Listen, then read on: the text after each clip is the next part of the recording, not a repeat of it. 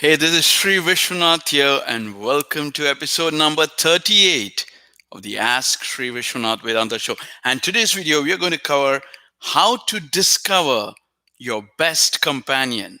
And so, this is the Practice of Dharma part 3. So, if you've not watched the earlier ones, you can watch it. So, in Upanishad, there's this beautiful quote which goes, "Sweet blow the winds. Sweet flow the rivers. May the herbs be sweet to us. May the dust of the earth bring us happiness. May the trees yield us beautiful fruits. Sweet blow the winds. Sweet flow the rivers." It's so beautiful. I mean, that's how they conceptualized this idea of dharma. So, dharma is so beautiful that the most important thing to realize in dharma is you have to follow dharma, Follow. That is the only thing which has to be burnt into your intellect. You have to follow, Follow. Only God can protect, Ishvara can protect dharma. That's why Krishna says, whenever virtue declines, irreligion prevails, I manifest myself again and again, because only God, because dharma becomes so horrible, and when dharma means the tamas becomes so horrible that God himself incarnates. God himself comes. This is very, very important. God himself comes. You, I, not even any sage can protect dharma. We can only follow dharma, which is why this is very important. Only Ishvara can protect dharma. That's why God himself, Ishvara incarnate. Now, this is very important. You see all religions, see Christianity, you see Islamic. It's like Jesus is the son of God, he says. So also in Muhammad is the messenger of Allah.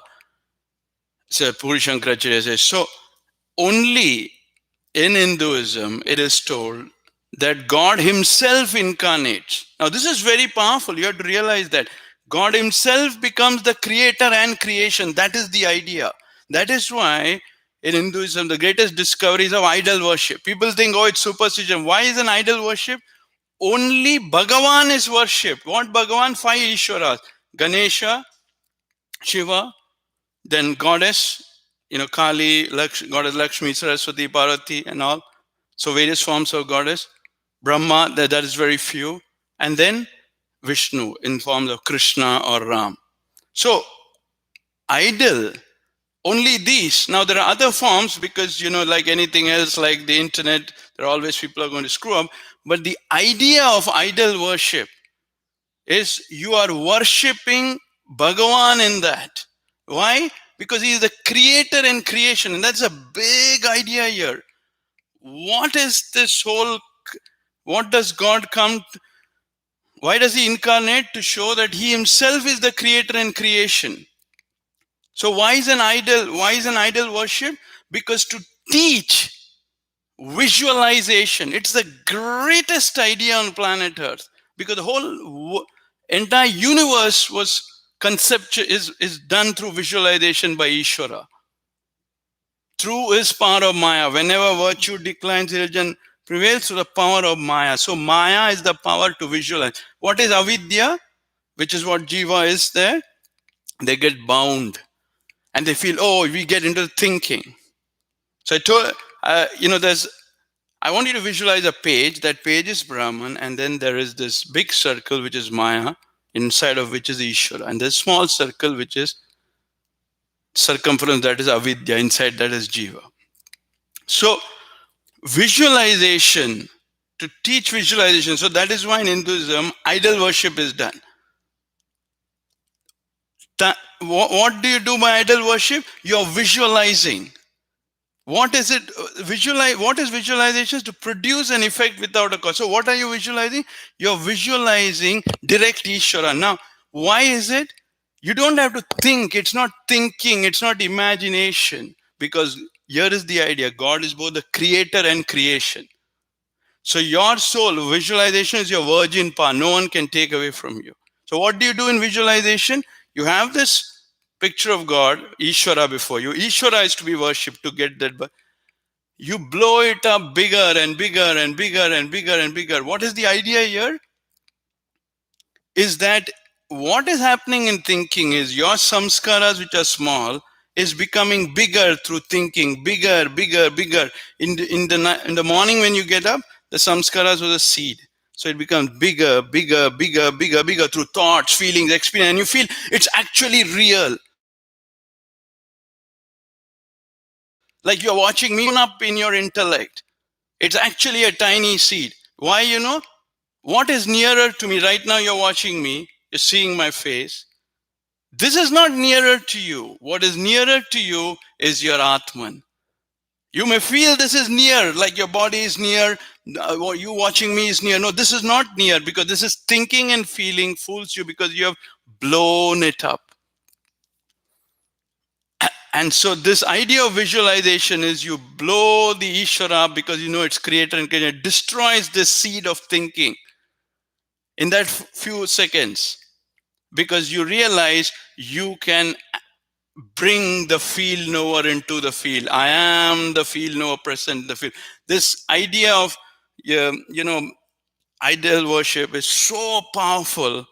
Vivekananda says, even if a million superstitions comes out of idol worship, it is fine, because out of idol worship has been produced the greatest of the greatest, Ramakrishna. If one Ramakrishna can be born, because when you worship, you're worshiping Ram or Krishna or Goddess. Or what is the idea? You're visualizing, because you are blowing up this image of Ishvara, which is your direct path. So most people do not know what is visualization. That is why they don't know what is idol worship, and they don't know what is the idea of incarnation.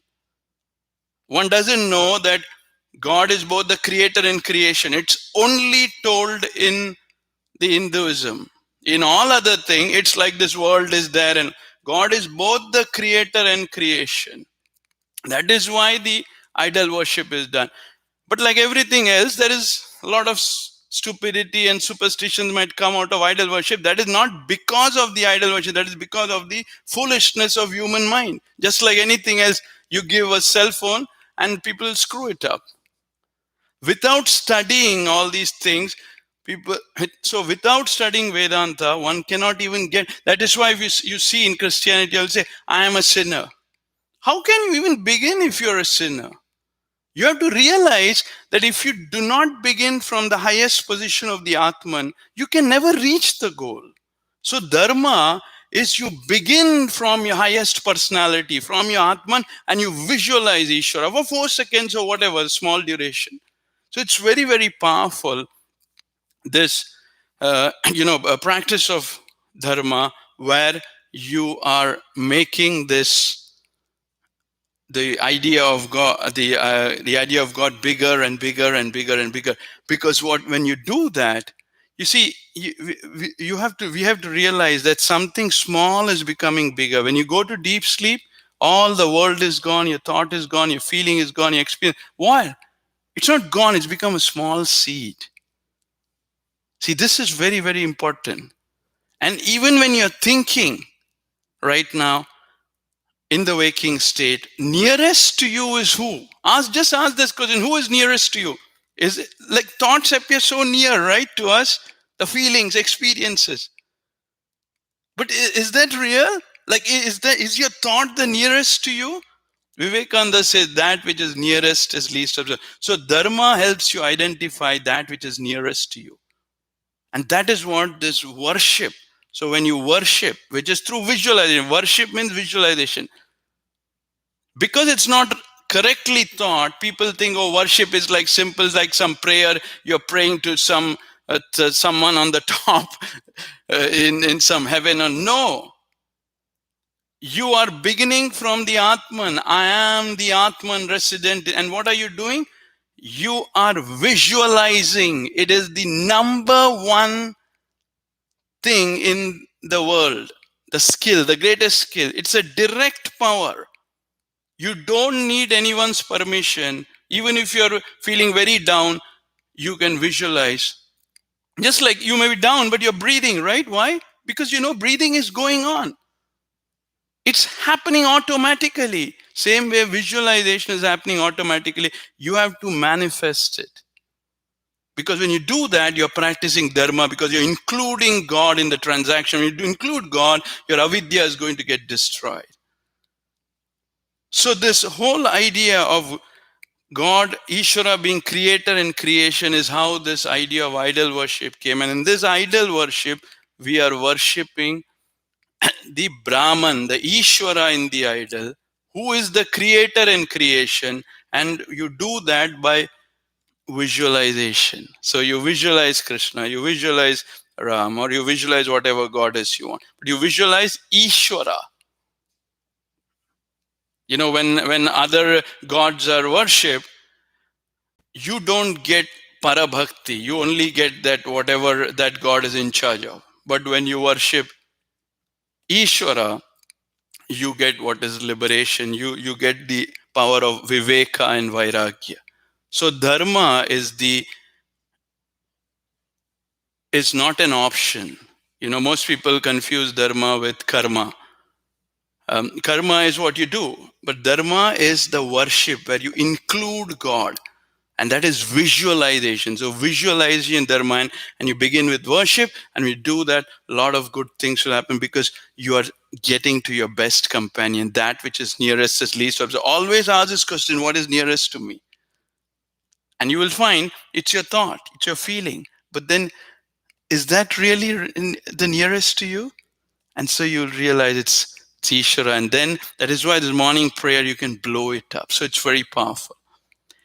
So for more details, you can go to www.magicofgod.com to learn faster and quicker ways to improve your visualization and destroy a false visualization. And I'll see you tomorrow. Thank you and God bless.